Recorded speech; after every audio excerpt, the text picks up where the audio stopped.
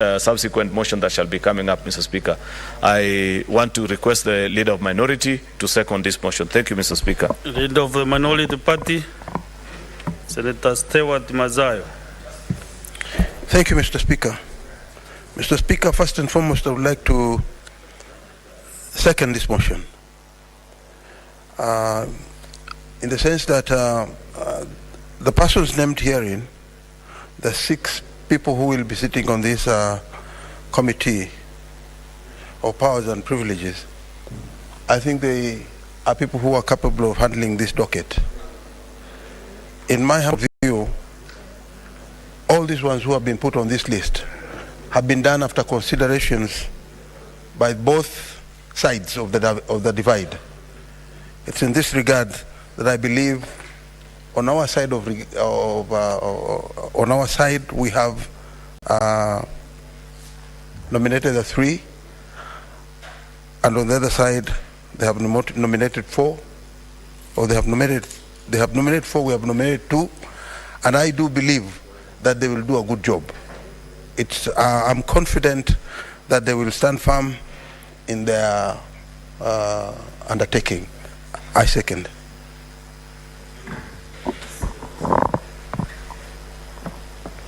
Honorable Senators, I put a question that pursuant to section...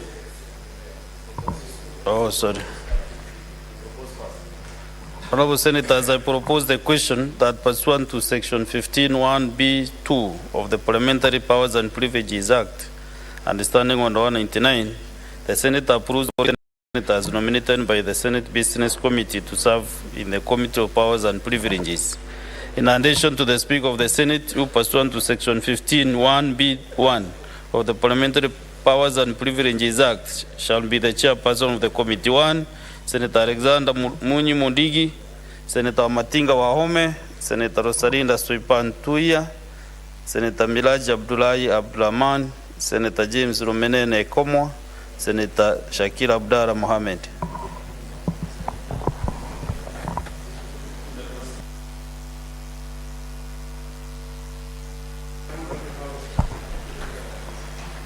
I was trying to read the mood, and the mood is that I shouldn't put the question. Yes.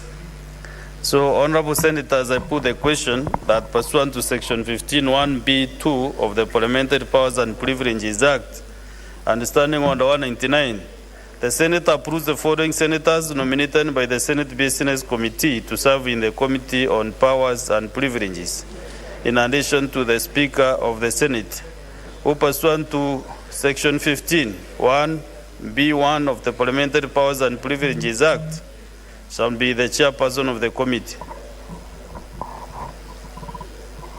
Who is making movements here when the Speaker is on his feet? The following senators, okay. Let me repeat from...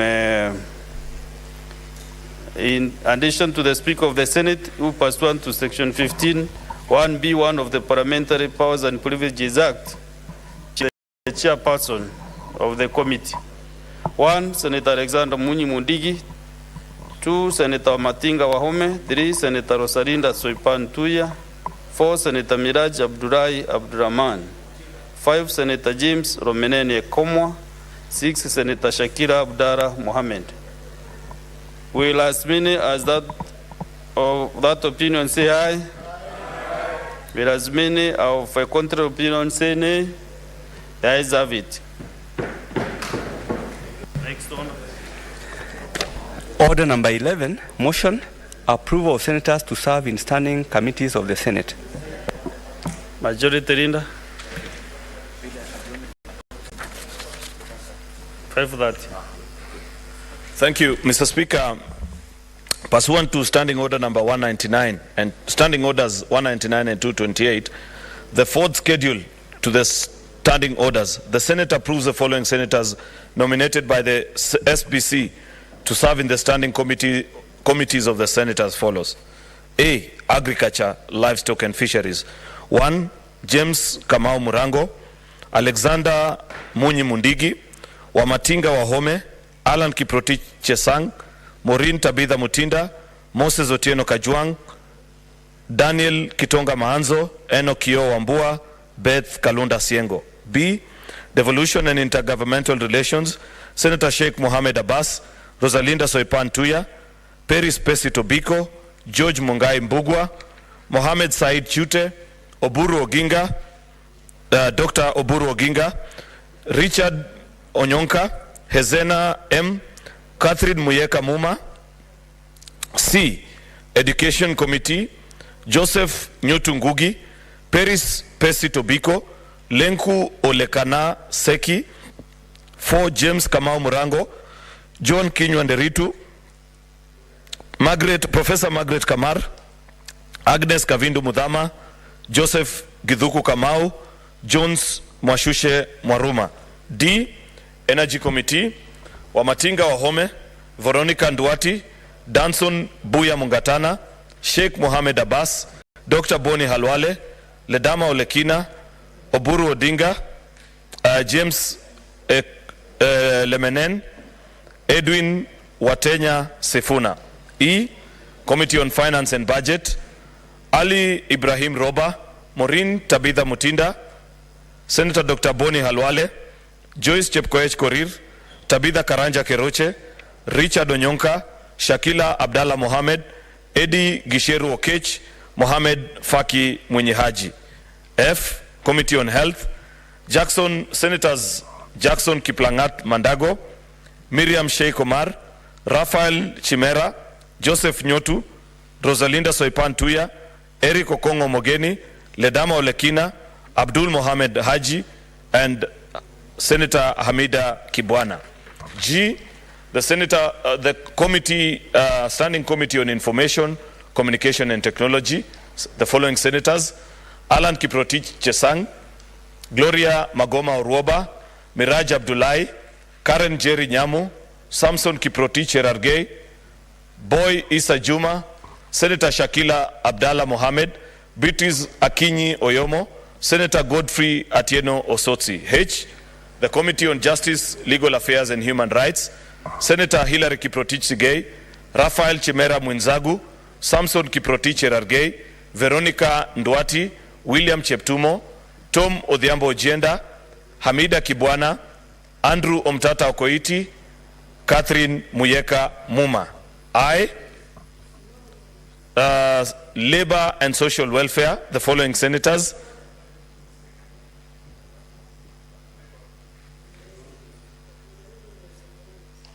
oh, that's what's here.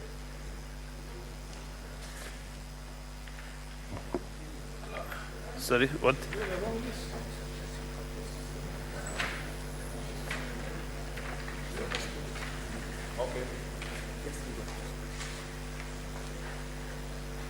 Is it on legal affairs only? It's on legal affairs, right? Thank you, Mr. Speaker. I'd wish to redo actually Justice and Legal Affairs Committee. I'm told there was an updated supplementary order paper.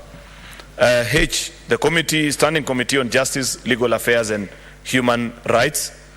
1, the following senators: Wakili Hilary Sigei, Rafael Chimera Mwinzagu, Samson Kiprotich Cherargei, Veronica Ndwati, William Cheptumo, Fatuma Aden Dulo, Hamida Kibwana, Andrew Omtata Okoiti, Catherine Muyeka Muma. I, the Committee on Labor and Social Welfare, the following senators: James Murgo Recha. 2, George Mungai Mbugwa, Karen Jerry Nyamu, Alexander Munyi Mundigi, Miraj Abdullahi Abdul Rahman, Senator Mohamed Faki Mwenyehaji, Senator Eric Okongo Mogeni, Senator Retired Justice Stewart Mazayo, last but not least, Senator Crystal Kegehi Asige. Good. Then J, Standing Committee on Land, Environment and Natural Resources, Senator John Muhia Methu, Senator Steve Lelegwe, William Cheptumo, Wamatinga Wahome, Mariam Sheikh Omar, Isa Jumaboy, Jones Mwashume Mwaruma, Agnes Kavindu, and Senator Beatrice Akinyi Oyomo.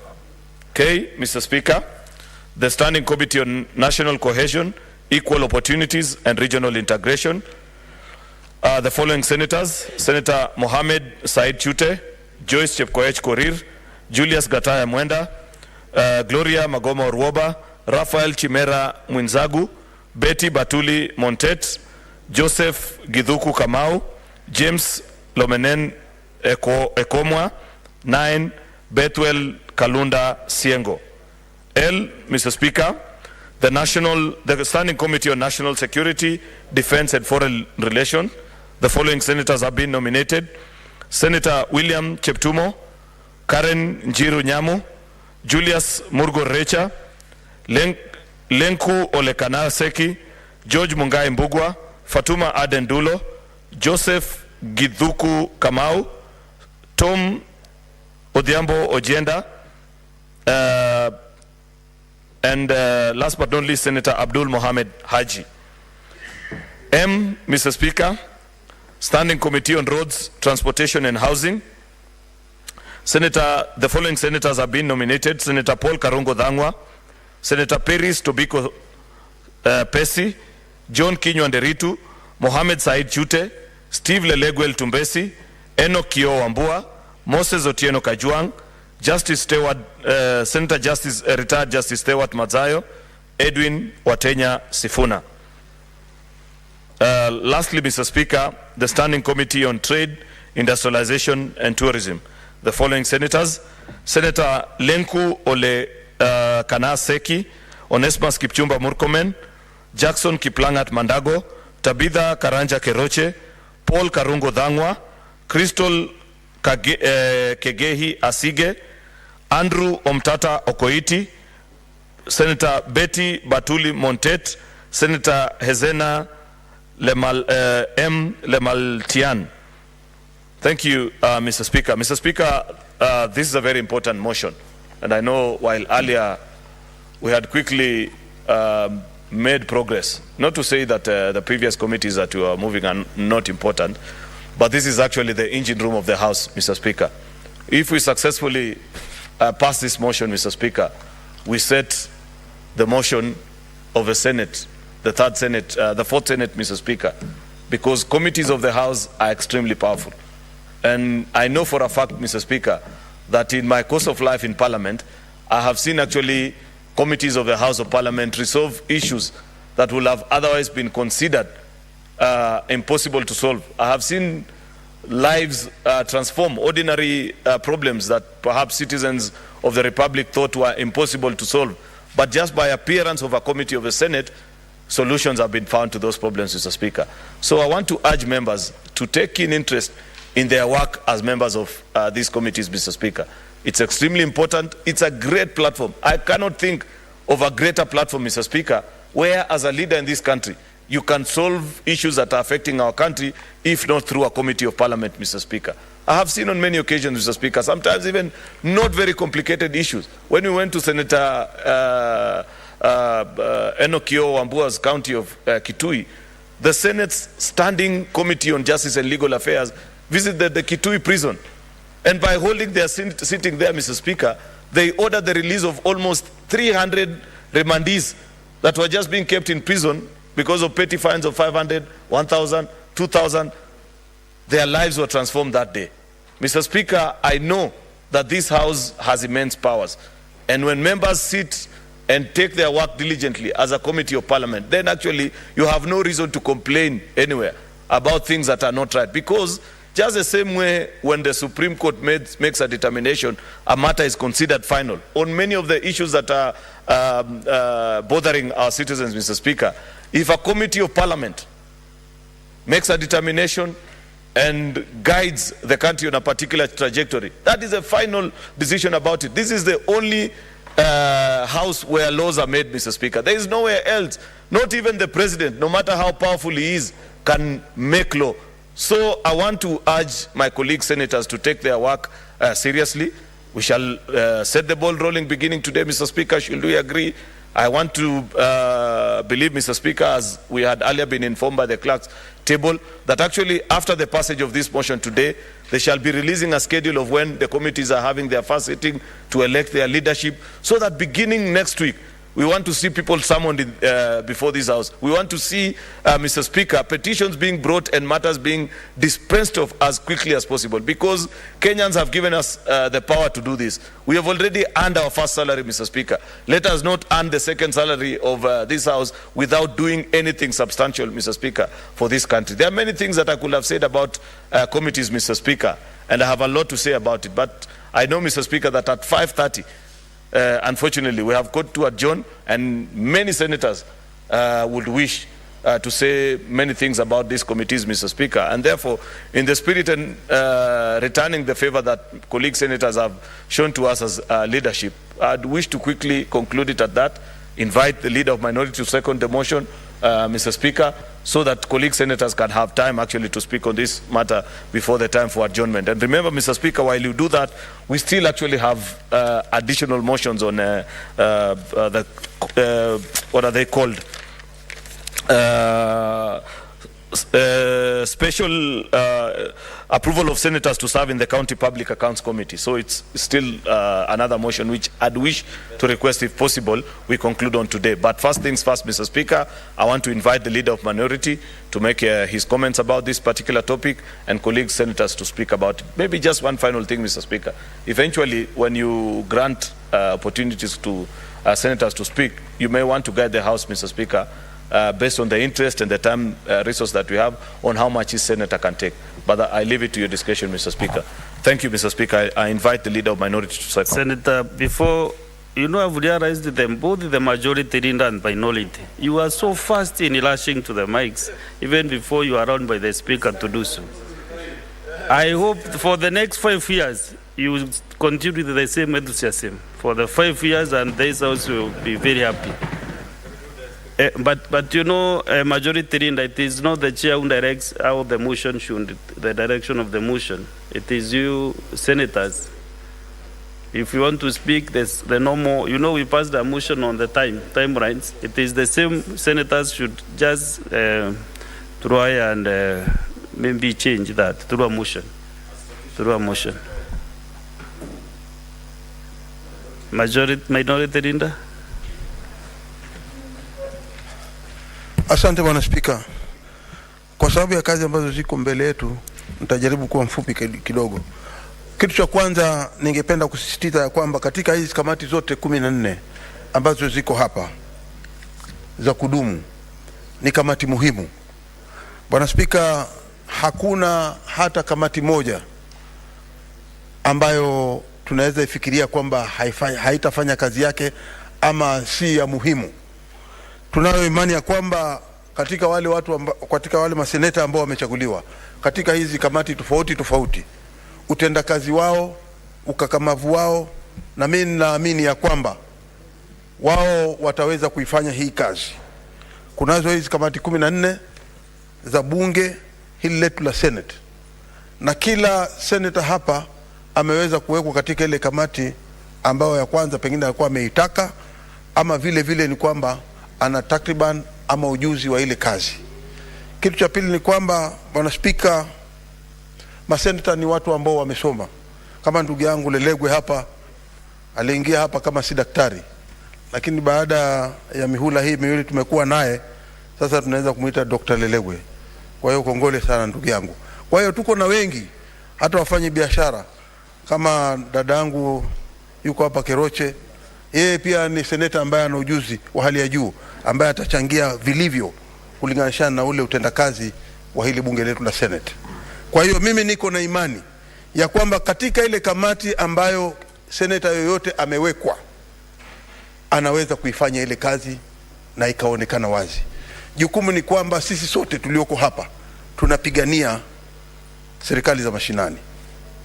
Hilo ni jambo ambalo lazima tulizingatie sana, ya kwamba katika kazi zetu za utendakazi wote ambao tutakuwa tukifanya, kamati nyingi zetu zitakuwa zinahusikana na mambo ya ugatuzi.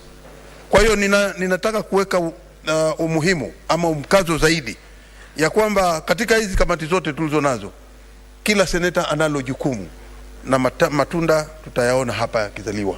Nina imani na tunazidi kuangalia mbele tukijua kwamba kazi itafanywa na maseneta waliochaguliwa hapa. Kwa hiyo kwa hayo machache bwana Spika, nataka kuunga mkono. Asante.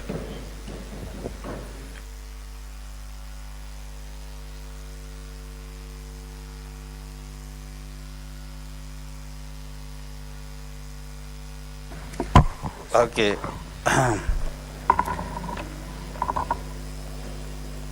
I want to propose the motion that pursuant to Standing Orders 199 and 228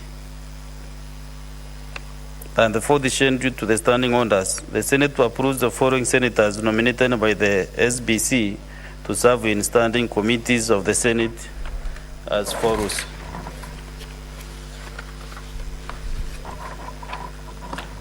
A. Agriculture, Livestock and Fisheries. I will allow a director to sit. This is a long list. Agriculture, Livestock and Fisheries, Senators James Kamau Murango, Alexander Munyi Mudigi, Wamatinga Wahome, Aaron Kiprotich Chesang, Maureen Tabitha Mutinda, Moses Otieno Kajwang, Daniel Kitonga Maanzo, Enoch Kio Wabua, Mbeth Karunda Sengo. B. Devolution and Intergovernmental Relations, Senators Sheikh Mohamed Abbas, Rostrida Soipan Tuya, Peris Tobiko, George Bugwa, Mohamed Chute, Dr. Oburu Oginga, Richard Onyonka, Ezena Lemaletian, Catherine Muma. C. Education, Senators Joseph Nyutungugi, Peris Tobiko, Lenku Seki, James Murango, John Deritu, Professor Margaret Kamar, Agnes Mudama, Joseph Kamau, Jones Mwaruma. D. Energy, Senators Wamatinga Wahome, Veronica Duati, Danson Mungatana, Sheikh Abbas, Dr. Boni Karware, Redama Orekina, Dr. Buru Oginga, James Remenen Ekomwa, Edwin Sifuna. E. Finance and Budget, Senators Ali Loba, Maureen Tabitha, Dr. Boni Karwale, Dr. Joyce Korir, Tabitha Keloche, Richard Onyonka, Shakira Mohammed, Ende Okech, Mohamed Faki. F. Health, Senators Jackson Mandago, Mariam Omar, Rafael Mwinzagu, Joseph Gugi, Rosalinda Soipan, Eric Okongo Mogeni, Endama Olekina, Abdu Mohamed Haji, Aminda Kibwana. G. Information, Communication and Technology, Senators Aran Chesang, Kirodia Oroba, Milaj Abdulrahman, Kale Nyamu, Samson Chelagei, Boy Isa Juma, Shakil Abdallah Mohamed, Biti Soyomo, Konfuli Ososi. H. Justice, Legal Affairs and Human Rights, Senators Wakili Hilali, Rafael Chimela, Samson Chelagei, Veronica Duati, William Cheptumo, Fatuma Adan Duro, Aminda Kibwana, Andrew Okoiti Omtata, Catherine Muyeka Muma. I. Labor and Social Welfare, Senators Julius Mulgo, John Mungai, Karen Nyamu, Alexander Mudigi, Milaj Abdullahi, Mohamed Faki, Eric Okongo Mogeni, Justice Stewart Mazayo, Kristo Asige. J. Land, Environment and Natural Resources, Senators John Muia, Medhu, Dr. Stephen Delegwe, William Cheptumo, Wamatinga Wahome, Mariam Sheikh, Isa Juma Boy, Jonas Mwaruma, Agnes Kavidu, Beatrice Oyomo. K. National Cohesion, Equal Opportunity and Regional Integration, Senator Mohamed Said Chute, Senator Joyce Chepkoech. Others are Senators Julius Chegataya Mwenda, Girodia Oroba, Rafael Chimera, Betty Montet, Joseph Giduku Kamau, James Romenen, Beth Karunda Sengo. L. National Securities, Defense and Foreign Relations, Senators William Cheptumo, Kalen Njeri Nyamu, Julius Mulgo, Renku Olekanar Seki, George Bugwa, Fatuma Andanduro, Joseph Kiduku Kamau, Tom Ojienda, Abdul Mohamed Daji. M, loans, transportation and housing. Paul Karungo Dhangwa, Peris Tobiko, John Kinyua Nderitu, Mohamed Senchute, Dr. Stephen Elengwe, Enoch Wambua, Moses Otieno Kajwang, Justice Stewart Mazayo, Edwin Sifuna. Lastly, N, trade, industrialization and tourism. Senators Renku Oleseki, Onesimus Kipchumba Mukomen, Jackson Mandago, Tabitha Keroche, Paul Dhangwa, Kristo Asige, Andrew Okoitio Mtata, Betty Monted, and Ezena Lema Letiani.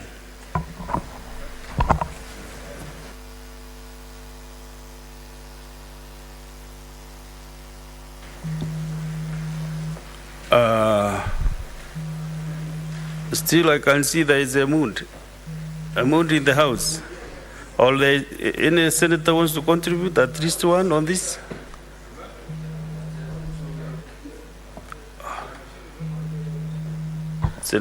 Senator Kongo Mugeni.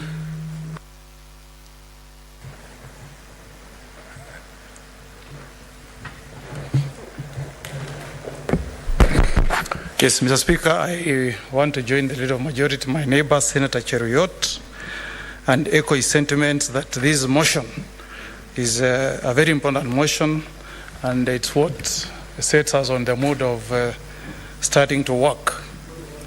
And Mr. Speaker, I also want to commend... Yes, what is the point of order? Senator Cheptumo. Mr. Speaker, I don't intend to interrupt my learned colleague.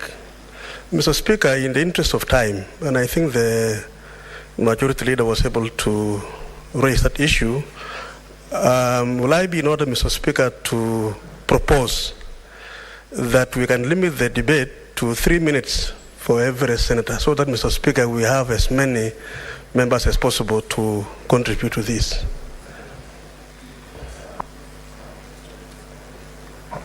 Is that the mood with the other members? Yes. Yeah, therefore we take that direction of... No, it's... you know, I've just proposed the I think Senator William Cheptumo is in order because the debate is just starting. Before the start of the debate, and I've just called in the first member to debate. Mr. Speaker, Senator, I don't to... you know, with my 10 years at the National Assembly, at least. Senator, proceed. You know, mine was just, and by the way, to Senator Olekino. Mr. Speaker, I don't want to challenge your ruling. Proceed.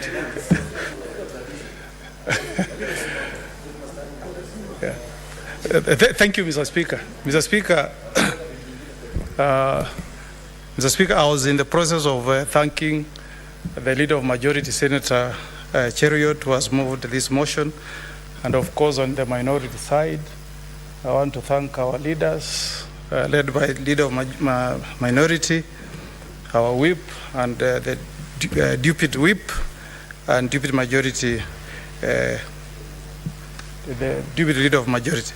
Mr. Speaker, I want to go on record that when this motion was on the floor yesterday, this side did request that we have an informal discussion, which we did, and we did make a number of recommendations, but which unfortunately, either because of the wisdom of our leaders, have not found the recommendations that we made have not been incorporated, Mr. Speaker. And one of them, Mr. Speaker, was a proposal that our senior counsel, Professor Ojienda, a very respected lawyer, a former president of Law Society of Kenya, former president of the East Africa Law Society, former LSK representative in the Judicial Service Commission, a distinguished professor of law, Mr. Speaker, that he should have found his name as a nominee in the Committee of Justice, Legal Affairs and Human Rights. The Speaker, I saw the initial list at the name of Professor Tom Ojienda, but some miracle has happened, and what has been read to us, Mr. Speaker, did not have the name of Professor Ojienda. Mr. Speaker, when you have leadership, you need to be magnanimous, you need to put service ahead of personal interests. And the Senator Cheriot, leader of majority, you will go far, because you have demonstrated that you are magnanimous. I've gone through the members serving in committees, and you have not allocated yourself even one committee. I also want to thank the side of majority, because going to the sessional committees, none of the senators in leadership have taken up committees on any sessional committee membership. That is magnanimous. But on this side, the side that should be leading with example, Mr. Speaker, our leaders have allocated themselves membership in all the sessional committees. Shame on us. Shame on us. Mr. Speaker, I cannot understand a situation, Mr. Speaker, where yesterday a senator representing a very special constituency of disability, made a passionate plea that she be given membership in the Committee of ICT. She has been excluded, Mr. Speaker. She has been excluded. It's a shame, Mr. Speaker. I've served in these Senates. I was here for 5 years, Mr. Speaker. When I was appointed chair of the Committee of Justice, Legal Affairs and Human Rights, Mr. Speaker, I had to seek membership of the Committee of Delegated Legislation because I could not get time, Mr. Speaker, to serve in 3 committees, Mr. Speaker. But what I'm saying here, Mr. Speaker, and with tremendous respect to those in the leadership, distinguished senators, Mr. Speaker, is a situation, Mr. Speaker, where somebody is in the leadership, but they still want to serve in 4 other committees. What are we trying to show, Mr. Speaker? Leadership is not about you being greedy, Mr. Speaker. Leadership is about you giving opportunities to those who have the same qualification as you to serve, Mr. Speaker. The law students watching their professor here, Professor of Law, Professor Ojienda, being excluded from membership of Justice and Legal Affairs. What message are we sending, Mr. Speaker?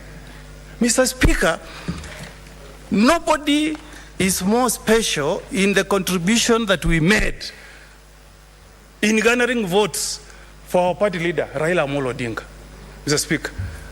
From the county of Nyamira, from the county of Kisii, we gave as much as we could, like the senator for Isiolo, Mr. Speaker. And I can read the figures. From the county of Nyamira, Mr. Speaker, we delivered 129,000 votes to Raila Odinga. From Isiolo, Mr. Speaker, Raila Odinga got 26,000. He lost to William Ruto, who got 32,000, Mr. Speaker. But as we speak here, Mr. Speaker, the only way you want to thank the Omogusi nation is to say that we deserve nothing, Mr. Speaker. Don't we have capacity to learn, Mr. Speaker? Even in the county of Kisii, where William Samoei Ruto got 134,000 votes against Raila Odinga at 263,000, he has rewarded the Omogusi nation with the seat of whip in the National Assembly. Because you must have regional balance. You must have fairness, Mr. Speaker. And we must speak these things because an injustice anywhere should never be tolerated, Mr. Speaker. Where is justice, Mr. Speaker, when the names that have been read today, Mr. Speaker, the next person in leadership also is in 5 committees, Mr. Speaker. And I want to thank the senator for Kitui. You are a great man, Senator Wambua. You are magnanimous, and you will go far. he has only elected to serve in 2 committees. That is leadership. That is magnanimous. Mr. Speaker, how, Mr. Speaker, can the Senator for Makueni, a distinguished ranking member of Parliament, serving his 3rd term, Mr. Speaker, has only been given membership in 1 standing committee? Can you imagine? A senator serving his 3rd term, whereas somebody else is taking 4 committees, Mr. Speaker. This is not the way to go, Mr. Speaker. And I'm telling you, Mr. Speaker, this idea of trying to fight people, we have tried it on this side and we have failed terribly, Mr. Speaker. William Ruto was a member of ODM, Mr. Speaker. He was a member of ODM. He was mistreated. He left, went to church, prayed. He is now the president of the Republic of Kenya.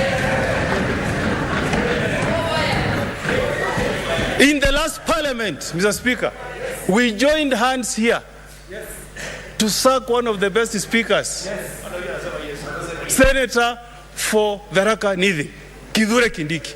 As we speak today, Mr. Speaker, he is waiting to be vetted to become a CS, Interior and National Security. And I'm telling those who may have lined up to finish the son of Nyamukami, son of Omogusi, you will never succeed, Mr. Speaker. I'm a Christian. I go to the SDA church. I go to the Catholic church. I go to the Evangelical church. I have people pray for me, including my dear wife, Mr. Speaker. We must send a statement, Mr. Speaker, that there should be fairness from this side, the minority side, Mr. Speaker. These names as tabled, Mr. Speaker, even if I will be the only one protesting, I want to go on record that I register my protestations against the list as presented, Mr. Speaker. And Mr. Speaker, we should walk the talk. If we are preaching fairness as a coalition, Mr. Speaker, we should preach fairness, Mr. Speaker. My coalition, ODM, Mr. Speaker, we have 14 elected senators. 6 nominated makes it 20. If you go to the Committee of National Security, Mr. Speaker, it has got 3 members of Jubilee. And Jubilee has 4 senators here. Where is equity there? Where? How can that be? Really, how can that be? Why not pick 1 Wiper, 1 ODM, 1 Jubilee? Mr. Speaker, I mean, how can we allow such an injustice to be coming from the side that should be keeping the government on check, Mr. Speaker? On sessional committees, Senator Mwaruma here, Mr. Speaker, has made us a passionate plea that because of institutional memory, he should be included in the sessional committee of CPAC. But his name is not there, Mr. Speaker.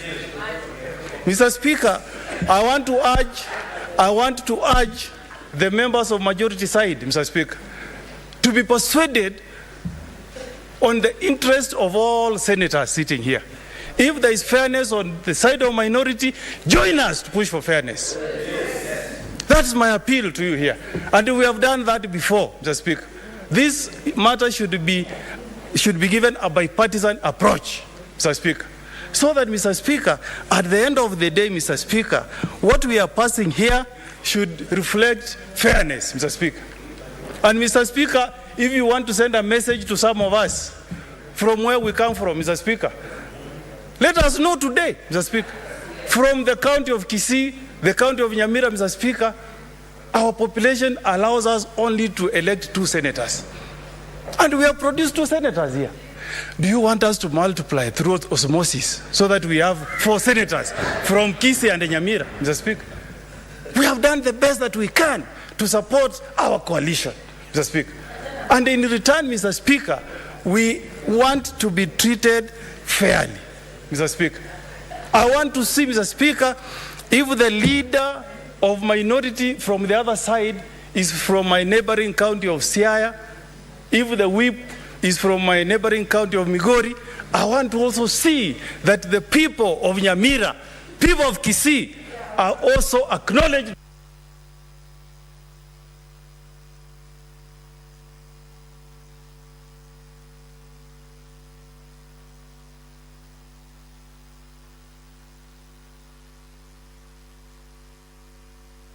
And I want to ask my leaders, Mr. Speaker, to listen to us, Mr. Speaker.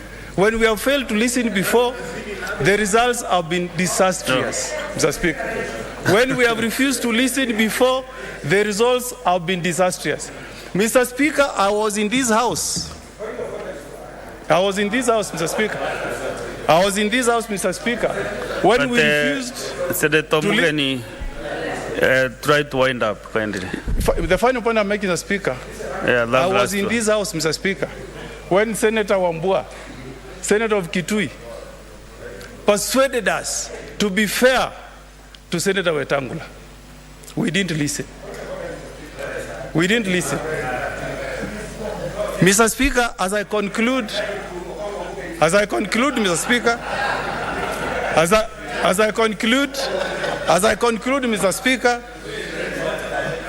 I conclude, Mr. Speaker, I'm requesting, Mr. Speaker, that this House rejects these names.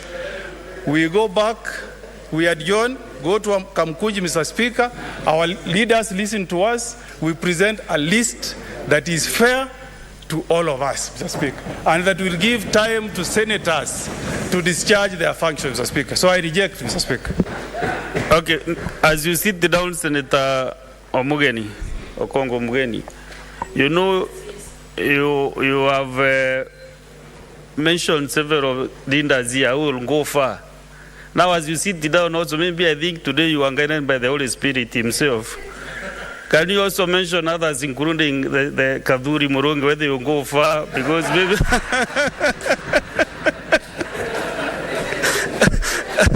yeah. Maybe continue consulting your spirits before I leave the seat. Then you also give me the blessings. Yes, let's now, Senator who has not spoken today at least, Senator Tobiko.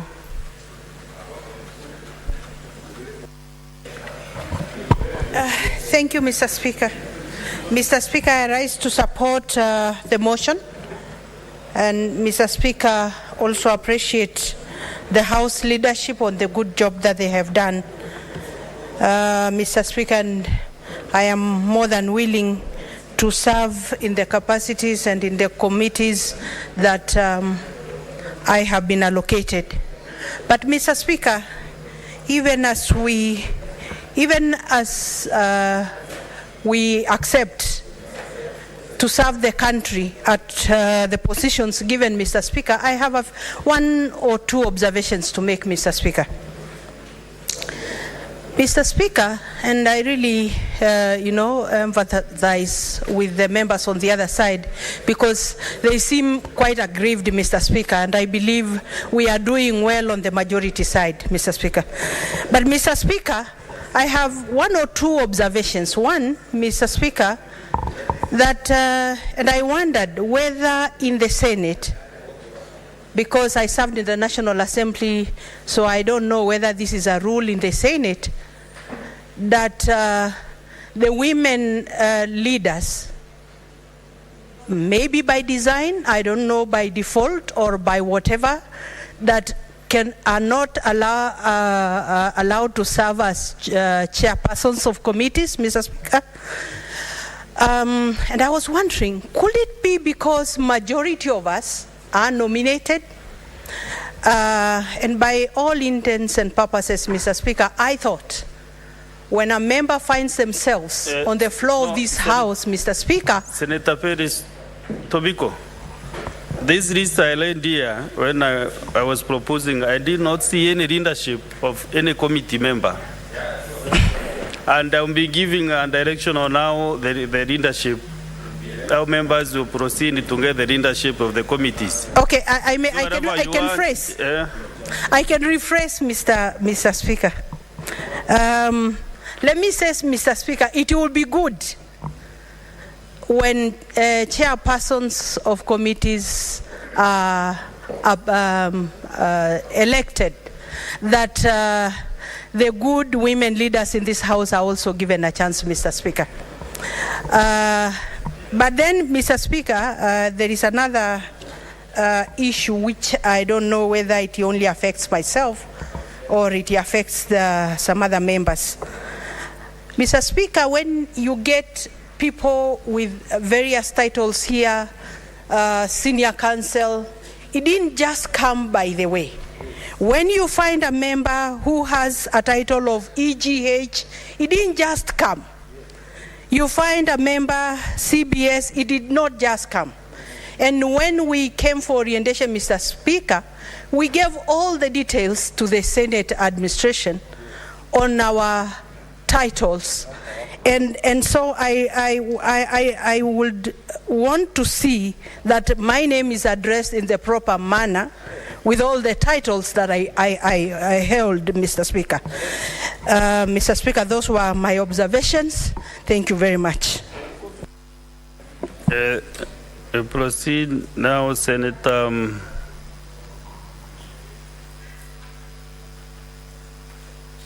Ososi Gonfrey. I want to remind you that we agreed we made a ruling of 3 minutes each member. Thank you, Mr. Speaker. Mr. Speaker, I want to start by saying that committee system is key aspect of any parliament globally. And a lot of work in parliament is done in committees. And in fact, it's estimated that over 80% of parliamentary work happens within the committees. A plenary like this is about 20% of the work. So we would like the committees to be in place so that they can generate business for this house. Because, Mr. Speaker, you are well aware that for the few sessions we have been having, we have in most cases been discussing things which in my own view later on we realized that we would have spent that time discussing very substantive matters. So we expect the committees to be in place so that they can generate enough business for this house so that this house can be kept very busy. Mr. Speaker, from my experience in National Assembly, I realize that the committee is as good as the leadership of that committee. If the leadership we are going to elect is not competent enough or hard working, Mr. Speaker, we will have those committees not performing to the expectation. So I want to urge those who will get the opportunity to serve as chairpersons and vice chairpersons to ensure that they work extra hard and they deliver for their committees so that we have enough business to discuss. Coming back to the point raised by my friend and distinguished senator for Kisii, I think he has raised very substantial points, Nyamira, very substantial issues which I'm sure the minority leadership will look into.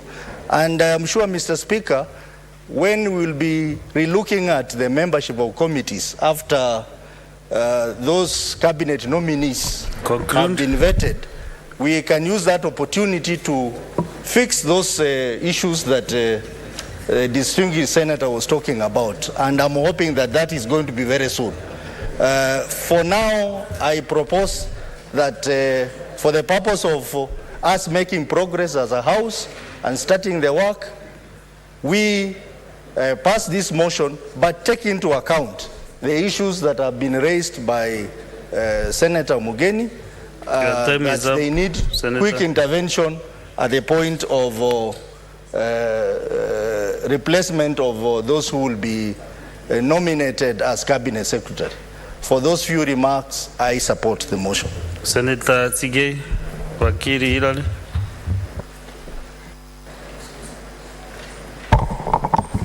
Thank you very much, Mr. Speaker.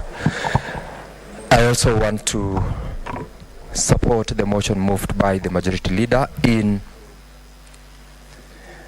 setting up of the committees of the House.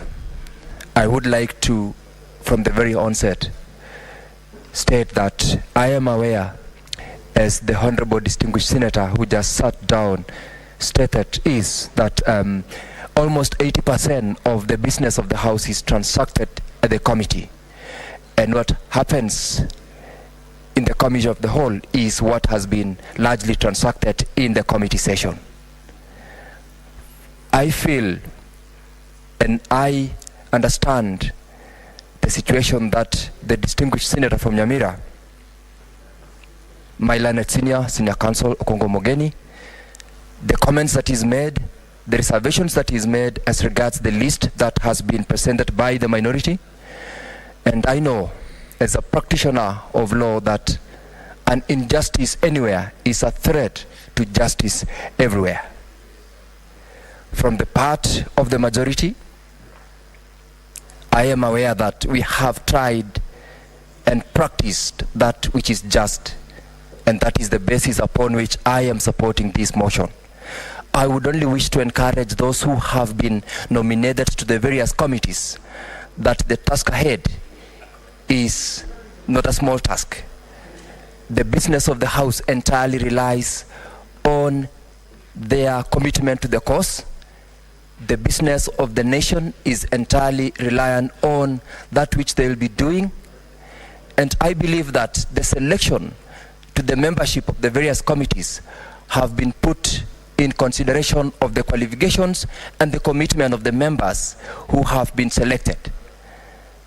I wish to request them, as I undertake on my part, as one of the members who've been selected to a committee, to do the best in order to ensure that the business of the House is transacted with utmost good faith, so that we enhance the status of this House and we serve the people of Kenya. Thank you, Mr. Speaker. Okay, next is Senator Olekina Ledama.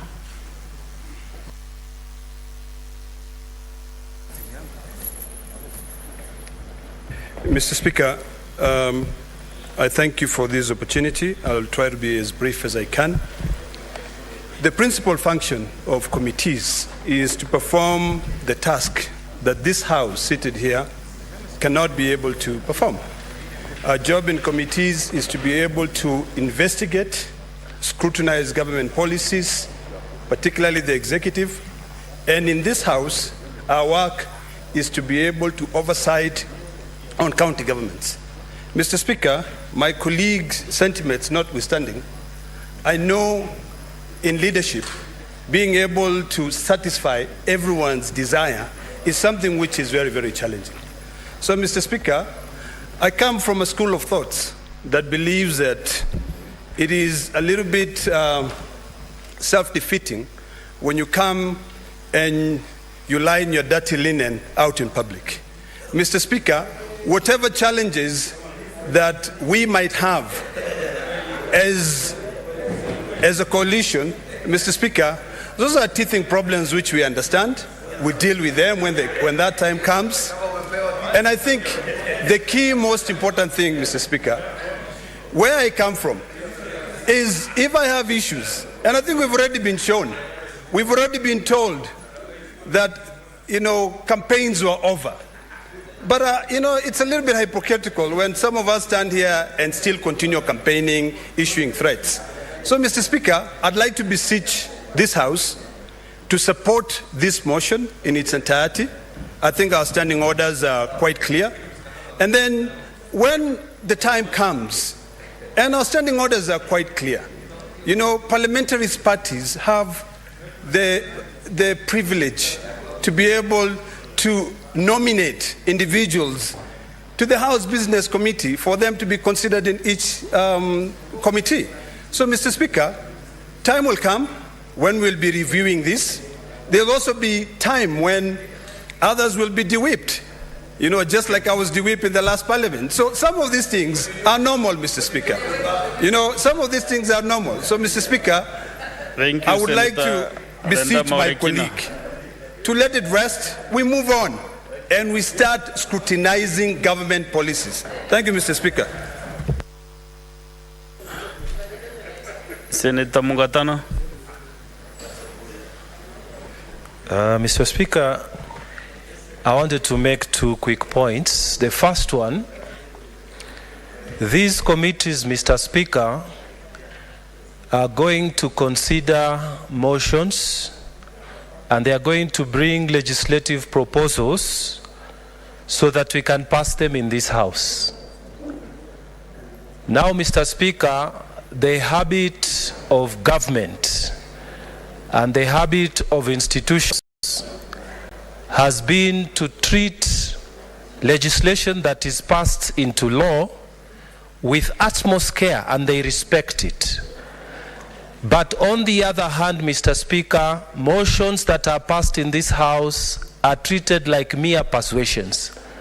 Mr. Speaker, in fact, when you today sent and committed statements to be considered by departmental committees, Mr. Speaker, those statements are going to be looked at in a very serious manner, and reports are going to be brought here with recommendation. Maybe we will approve a motion arising from those statements. Mr. Speaker, departments of government have not been giving motions or resolutions of this House the kind of respect that it requires. So, Mr. Speaker, I want to request the leadership of this House that we bring amendment to the Powers and Privileges Act.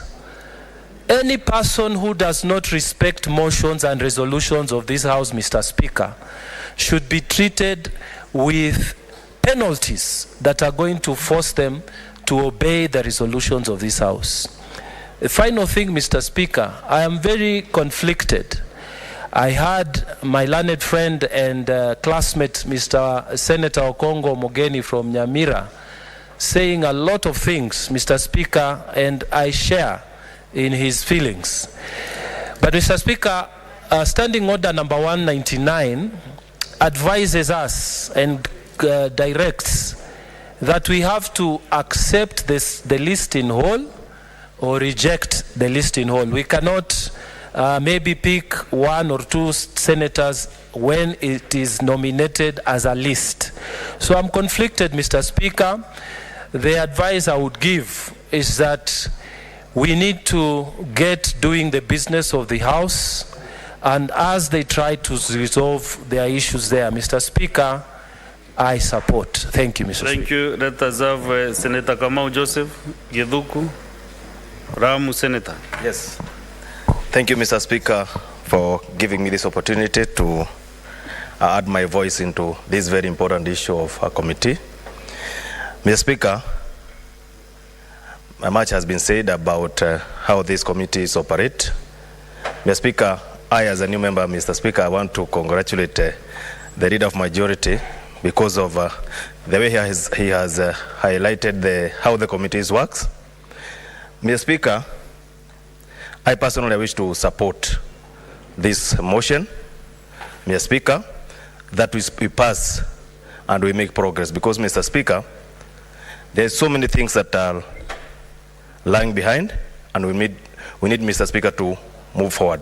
Mr. Speaker, I come from Lamu County, a county that, Mr. Speaker, has a lot of issues when it comes to security issues. And, Mr. Speaker, I want to say this, that I have been elected into different committees, and I will work, Mr. Speaker, to make sure that my people benefit out of the committees that have been, actually, Mr. Speaker, been placed. One of the committees, Mr. Speaker, I have been kept into the Committee on Security. Mr. Speaker, every member here in this House, Mr. Speaker, knows that Lamu has been, have been for a very long time, been having the issues of security. And, Mr. Speaker, the only way that I will represent my members or my people in Lamu is only I being in that security committee. Mr. Speaker, education also, Mr. Speaker, has for a long time been left behind in Lamu. And, Mr. Speaker, this time around, we need to make sure that Lamu, Mr. Speaker, is kept in the limelight in terms of education. And that's why, Mr. Speaker, good people of Lamu sent me into this House so that, Mr. Speaker, I can come and present them accordingly, so that, Mr. Speaker, development can be realized in Lamu. And, Mr. Speaker, without fear, I want to state that I will work for them, and I will do as much as I can to make sure that I work for them, I work for my people. And, Mr. Speaker, I wish to support that these committees, Mr. Speaker, must and should be passed with an immediate effect, so that, Mr. Speaker, we make progress. Thank you, Mr. Speaker. I support. Senator William Cheptumo. Thank you, Mr. Speaker. I rise to support this motion. And, Mr. Speaker, I want to say that if you look at the Standing Order 228, it is able to show us, Mr. Speaker, that these committees are very, very important in oversighting the executive in the manner in which the taxpayers' money is spent. And, Mr. Speaker, even areas of concern, Baringo County, Turkana County, and some of those counties, Mr. Speaker, where we have insecurity, where we have drought now, like in some areas in Northeastern, Mr. Speaker, these committees, Mr. Speaker, shall play a critical role in being able to stand with the public and be able to sensitize the government to respond to the situations that are affecting us, Mr. Speaker. And so, Mr. Speaker, I just want to say that the committees are important because it is the only way that this House shall be able to function and address the needs of our people. Mr. Speaker, today alone, 2 members of this House, Mr. Speaker, that is Honorable Wambua and the Senator Machakos, were able to raise 4 statements to the various committees, Mr. Speaker. Mr. Speaker, already we are late. These are issues which we need to address as soon as possible. And so, Mr. Speaker, I support that we need to pass this committee as soon as practicable. And, Mr. Speaker, when I listened to my learned colleague, the senator from Kisii, he was able to clearly demonstrate, Mr. Speaker, the unfairness that is being practiced on the other side, Mr. Speaker. And though I don't want to really be part and parcel of that particular war, but, Mr. Speaker, I want the country and these members to know that leadership, when there is fairness, Mr. Speaker, it begins from the top leadership. Mr. Speaker, Omoken was able to give a lot of praise to majority leader for the fairness in this side of the coalition. But, Mr. Speaker, let me tell you and tell the House and the country that this is exactly the spirit of our leader in the Kenya coalition, that there should be fairness. He has actually come out clearly that when you are sharing these positions, the face of Kenya should be seen, regional balance. And, Mr. Speaker, that is exactly what you see here. Where the problem is, Mr. Speaker, on the other side, is not really the problem of the senators, it is the leadership in that area. My appeal is that they should learn to practice fairness, because, Mr. Speaker, if there is no fairness in our institutions of governance, then already we have problems in our country. And I think we need to learn more from this side, so that, Mr. Speaker, in future, you do what is right for the people of that your counties. Thank you, Mr. Speaker. I support. Next speaker is, Senator Mwaruma Jones Mwashushe.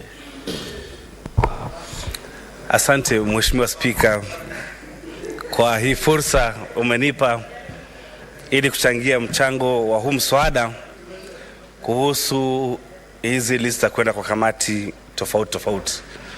Niseme la kwanza ni kwamba kazi nyingi ya bunge hufanywa katika kamati, ya kwamba hii kamati kuu ama nyumba huwa tunaleta report kutokana na kamati, na kazi ya bunge ama mbunge yoyote ni kutunga sheria, uangalizi na uwakilishi.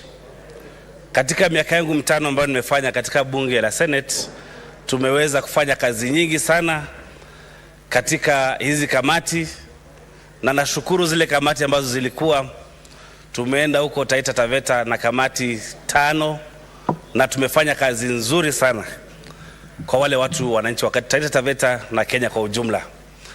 Ningependa kusema ya kwamba na kujihusisha na matamshi ya seneta wa Nyamira wakili Okongo Mogeni aliposema ya kwamba uongozi wetu ambao umewekwa uko na tashwishi, na alisema ya kwamba kwa upande wa walio wengi kwamba uongozi wao ni mzuri, na nashukuru kiongozi wa walio wengi mheshimiwa seneta wa Kericho, kijana mdogo, kijana mtanashati, na vile anavyoongoza ule upande. Nafikiri kwetu ni vizuri tuangalie vile uongozi walio wengi wanavyohudumia watu wao na katika fairness, na vile nimeona kwetu viongozi wetu wamejipalia makuu, wamejipa kamati nyingi nyingi, na kama kuna jina la kutumia nafikiri ni jina la ulafi, ya kwamba ukiuchaguliwa usijipatie wewe, patie wengine kwanza. Kwa hivyo mimi napenda kuwa na hii nyumba ni nyumba ya kumbukumbu, kusema ya kwamba viongozi wetu kama hivi ndio watatuongoza kwa miaka 5, basi Kenya kwanza iwe tayari kuongoza kwa miaka 10 nayo kuja, kwa sababu huu ni uongozi ambao ni wa ulafi, ni uongozi ambao haueleweki, ni uongozi ambao wa kujipalia makuu. Asante Mheshimiwa Speaker, nilikuwa napenda kusema hivi. Senator Kinyua, what is it?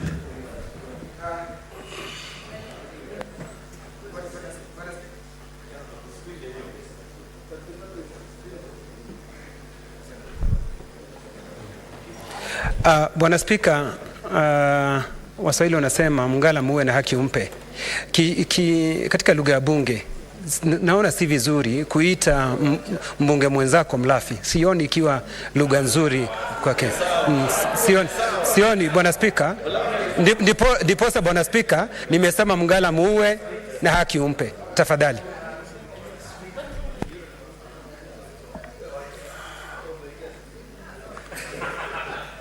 Senator Medu.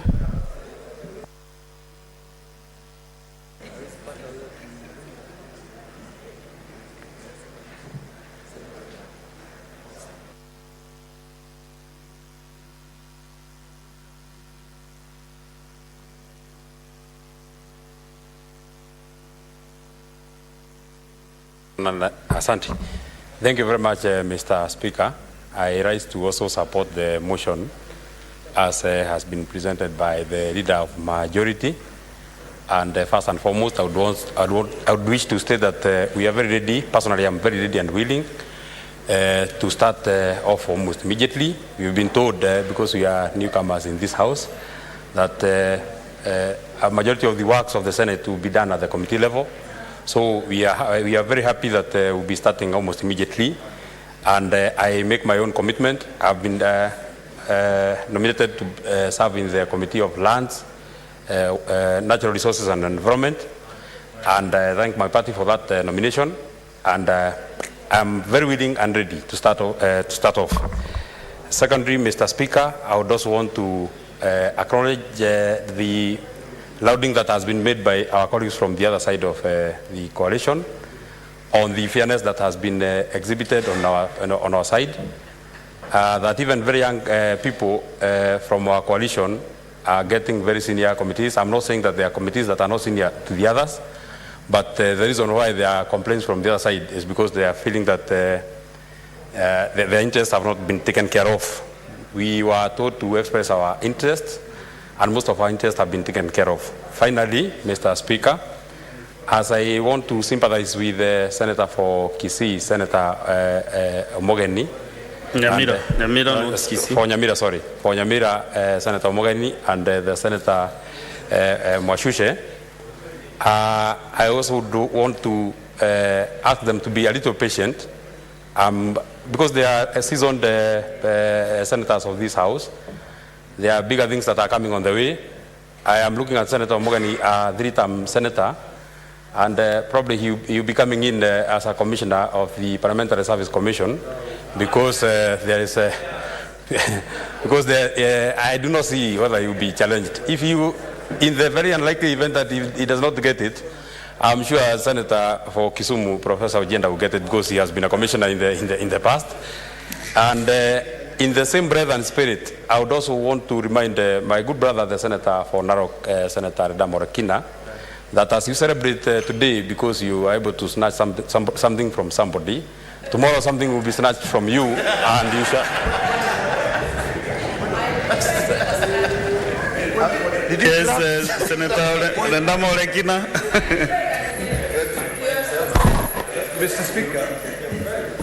Mr. Speaker, this is a house of rules, and our standing orders dictate that we must respect each other.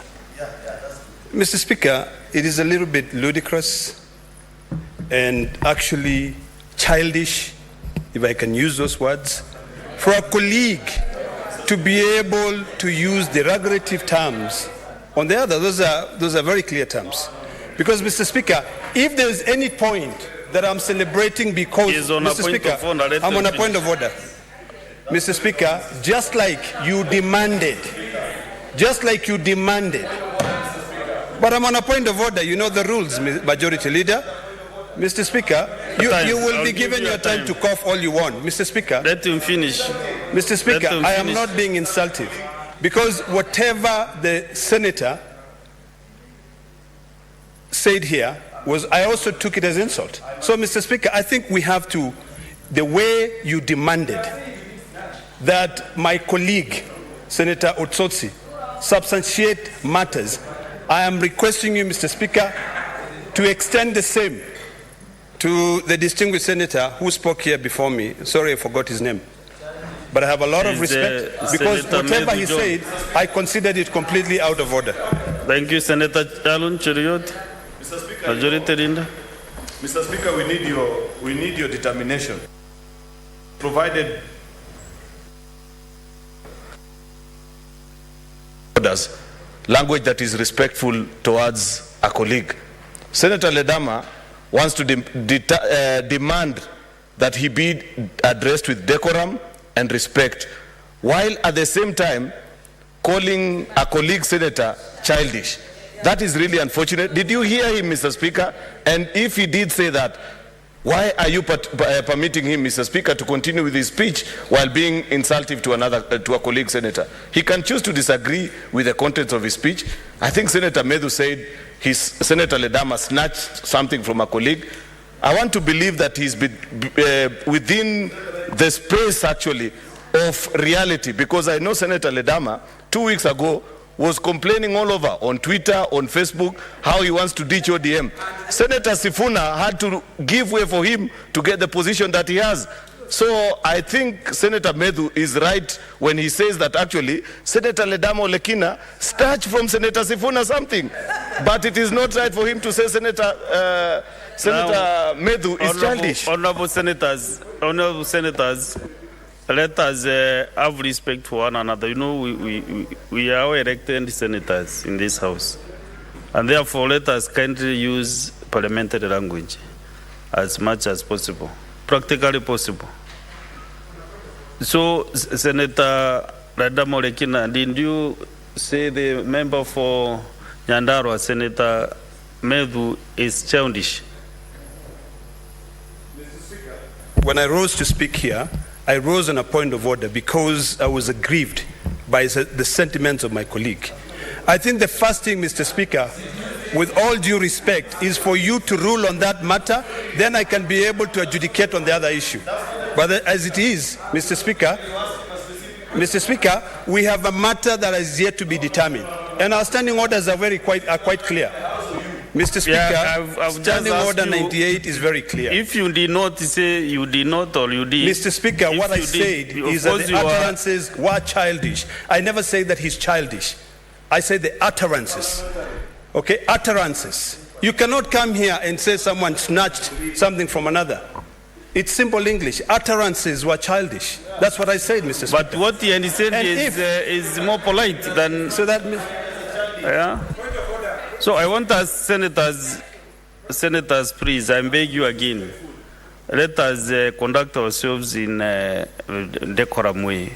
You know, so many Kenyans are watching this space now. They are watching their TVs. Some TV channels are live. But then if we, senators, you know, before I joined the Senate, personally, I was very impressed by the way senators actually conducted themselves.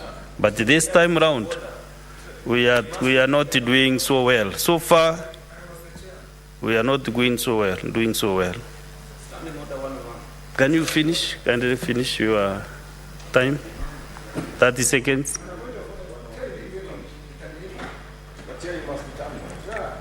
Thank you very much, Mr. Speaker. I am sure from the conduct of both of us, you can be able to snatching something from somebody. No. Maybe, you know, if you say something from somebody, just be direct to what happened. Maybe it will be... All right, Mr. Speaker. But the point that I was making is that from the conduct of both of us, you can be able to tell who is childish.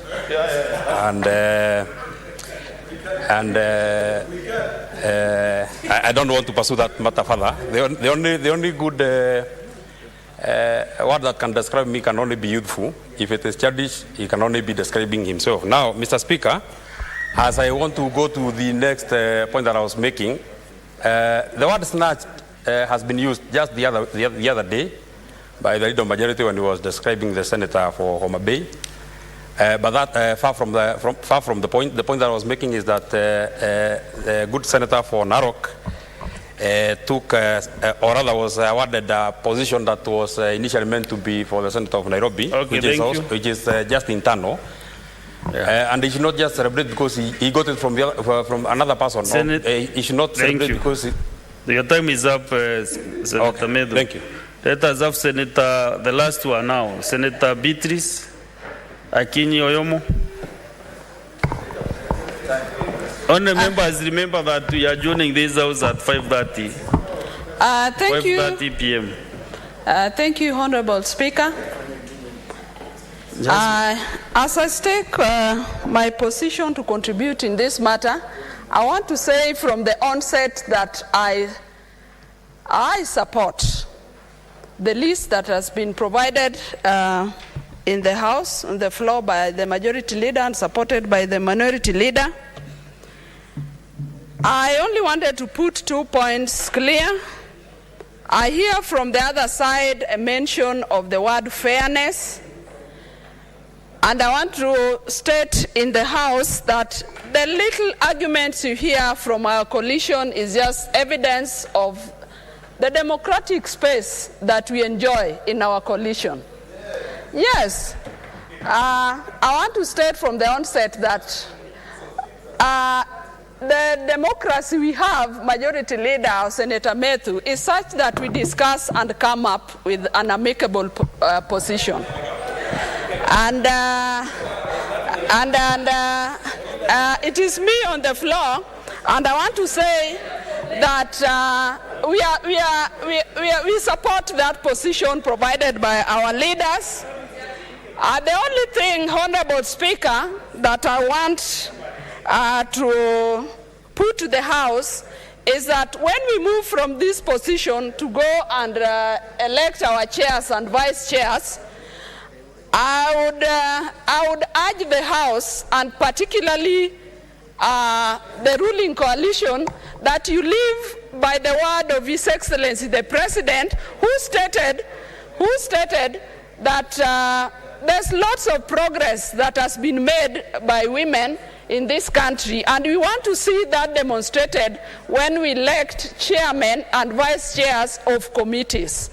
Honorable Speaker, that was emphasized by the President in his speech about the progress of women, and we want to see women chairs and women vice chairs. Otherwise, I support the list fully. As I call the mover now to reply this motion. You can see there are no other Much interest. Honorable senators, you made some determination that we are adjourning this house at 5:30 p.m. And now it is exactly 5 minutes to 5:30. And I must read all this list. Proceed. Mr. Speaker, thank you to colleagues who contributed. I know there are many colleagues who still want to speak on this issue of committees, but remember on Tuesday we have a motion, a similar motion on membership to committees of the sessional committees. So I want to believe our colleagues will have a chance. So I plead with you, because we must conclude this business by 5:30, allow us to conclude. Thank you, colleague senators, for your indulgence. Thank you, Mr. Speaker. I beg to move.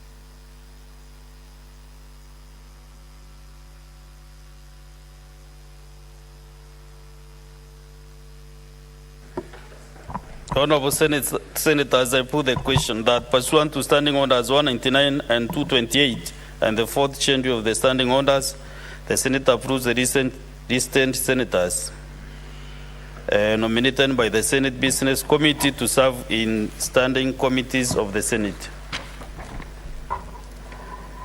A committee on agriculture, livestock and fisheries. Senators James Murango, Alexander Mundigi, Matinga Wahome, Aran Chesang, Maureen Tabitha, Moses Kajwang, Daniel Manzo, Enoch Wabua, Beth Karunda.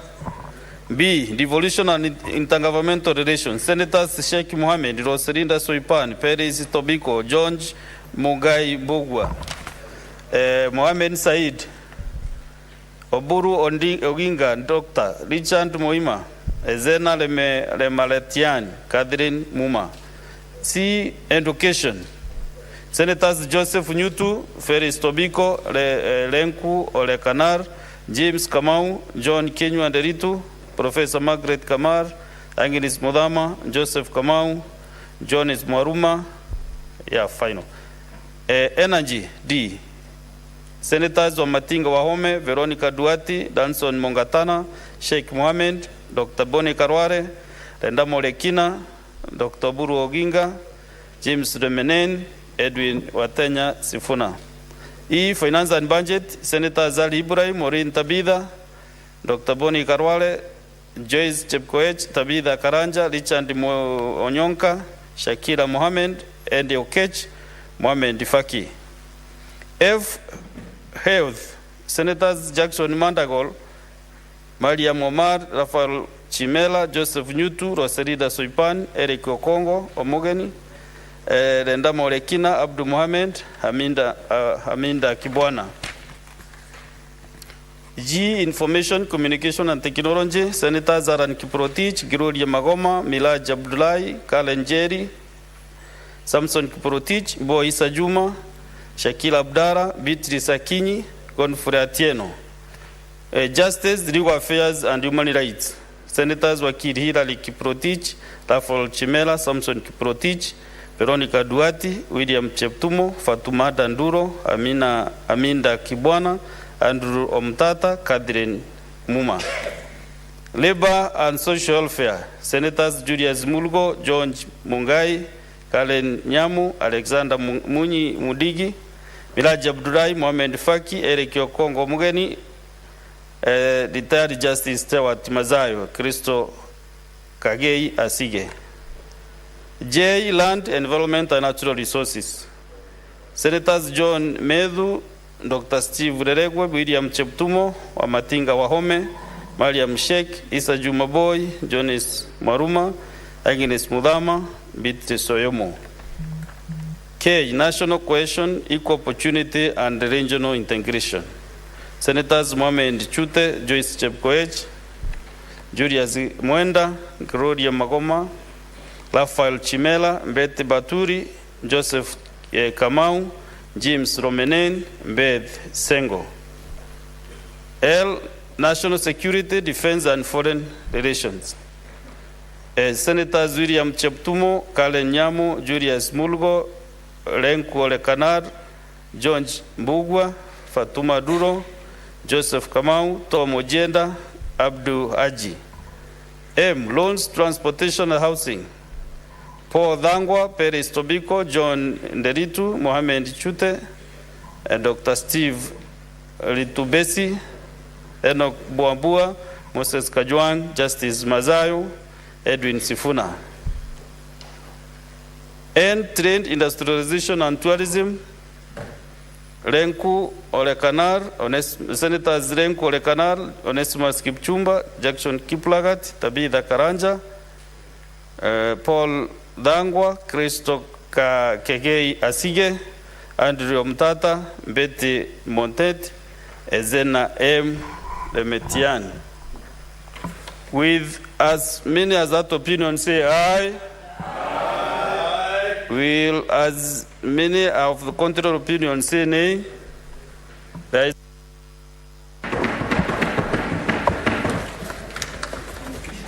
yeah. Okay, proceed. Take your seats. I want to give direction on the way forward. There is a communication on election of chairpersons and vice chairpersons of select committees. Honorable Senators, as you are aware, in accordance with the Senate standing orders and following the approval of the House of the Senators to serve in committees, select committees are now ready to start their respective legislative business. Honorable Senators, pursuant to standing order 203 on conduct of elections, this is to inform you that the clerk of the Senate has appointed Monday, 17th October 2022 to Wednesday, 19th October 2022 as the dates for the conduct of elections of the chairpersons and vice chairpersons of the following committees. The Standing Committee on Agriculture, Livestock and Fisheries. 2, Standing Committee on Devolution and Intergovernmental Relations. 3, the Standing Committee on Education. 4, the Standing Committee on Energy. 5, the Standing Committee on Finance and Budget. 6, the Standing Committee on Health. 7, the Standing Committee on Information, Communication and Technology. 8, the Standing Committee on Justice, Legal Affairs and Human Rights. 9, the Standing Committee on Labor and Social Affairs. 10, the Standing Committee on Land, Environment and Natural Resources. 11, the Standing Committee on National Cohesion, Equal Opportunity and Regional Integration. 12, the Standing Committee on National Security, Defense and Foreign Relations. 13, the Standing Committee on Loans, Transportation and Housing. And the last one, 14, the Standing Committee on Trade, Industrialization and Tourism. Honorable Senators, further information on the venue and time of the elections shall be communicated to the members of the Senate committees. Senators are urged to attend these important meetings so as to enable the respective committees to commence their work in the 13th Parliament. I thank you.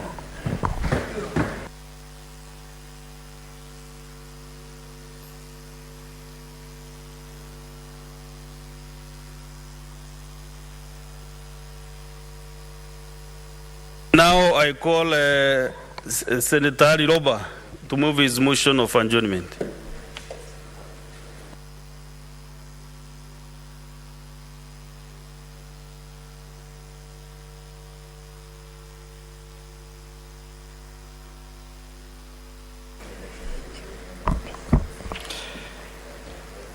Mr. Speaker, sir, I beg to move the motion that pursuant to Standing Order number 37, the Senate do adjourn to discuss a definite matter of national importance, namely the drought situation in the country. Mr. Speaker, sir, the ASAL counties are faced with devastating drought situation. That situation has affected almost all the counties except 3 in the 23 ASAL counties. 11 out of these ASAL counties are in alarm stage or phase of drought, and the remaining 9 are in alert stage of drought. Mr. Speaker, sir, having been a governor for the last 10 years, I would like to state that our county governments are ill-resourced and ill-prepared to deal with catastrophes of such magnitude as the devastating drought situation in the country right now. Mr. Speaker, sir, drought is a recurring phenomenon globally, and it is hidden global crisis that is worse than pandemic such as COVID-19 and other pandemics that has happened. And unfortunately, this crisis has not been mainstreamed or considered for the magnitude of devastation that it is causing across the globe. Mr. Speaker, sir, countries far much developed than our country, Kenya, have reported, countries in China have reported dams and rivers whose bottom has never been seen because of the water content in those rivers having dried up. Just most recently, it has been reported, Mr. Speaker, sir, that the streams feeding most dams and lakes, like Lake Naivasha, has dried, and the lakes are losing 0.5 meters of water literally every week. The extensive direct and indirect impact of drought has never been properly quantified by our country. The situation in Kenya's arid and semi-arid lands, which make up 89% of the landmass of this country and houses 38% of the population of Kenya. These regions also house 90% of the wildlife that is bringing in about 12% of, contributing 12% to our GDP. The ASAL counties also host 70% of the livestock wealth of this country. And as such, is estimated that over 70 billion worth of livestock wealth. Mr. Speaker, sir, the ASALs have been hit the hardest, with the former president announcing or declaring drought a national disaster in September of 2021. Before that declaration, the counties in the ASALs have been dealing with drought because on average about 4 successive rainy seasons have failed in the ASALs. And while maybe the counties that are not ASALs may not feel the immediate impact, but what is happening right now can very easily make it its way to other regions if not capped. Whereas ASAL counties have been prone to droughts over the years, in the last 20 years, the period between droughts have been on average reported between 5 to 10 years. However, in the last few years, the last 10 years to be precise, that period have reduced to 2 to 3 years. And where we stand right now, the ASAL counties, most of them have had, out of 12 successive rainy seasons, we've had less than adequate or suppressed rains in the ASALs. The situation has been made worse by the locust invasion that just took place, which has severely impacted on the capacities of this ASAL county, as if that was not enough. Give Senator over the mic, kindly. Your mic has gone off. Sorry. You're fine. Okay. Thank you. Mr. Speaker, sir, as I say, while the ASALs have historically been suffering periodic drought, but over the last, the droughts between 1969 to almost 2020 has been averaging between 5 to 10 years. But over the last 10 years, the situation has changed. And now every 2 to 3 years we are suffering this drought situation.